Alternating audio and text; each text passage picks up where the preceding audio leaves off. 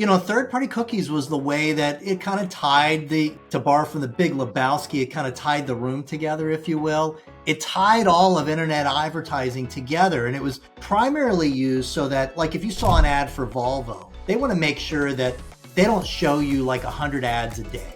And so what they would do is they would use third-party cookies to count how many ads you had seen, and once you got into about 3 or 4, they would shut you off for the rest of that day so they wouldn't overwhelm you.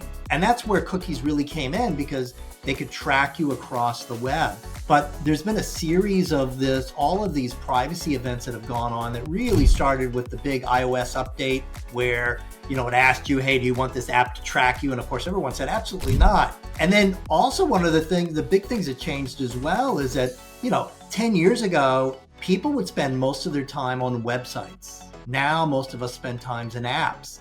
And apps are like these kind of closed environments where cookies don't necessarily work. And we call those in the advertising world walled gardens. And those would be things like a YouTube, a Meta, which is Facebook, Instagram, Amazon, places like that. They kind of have their own environment. And so the regular workings of the web don't actually work there. So the ability to track people across all these different places, it's kind of gone away. So we've actually kind of moved back to how things were before digital.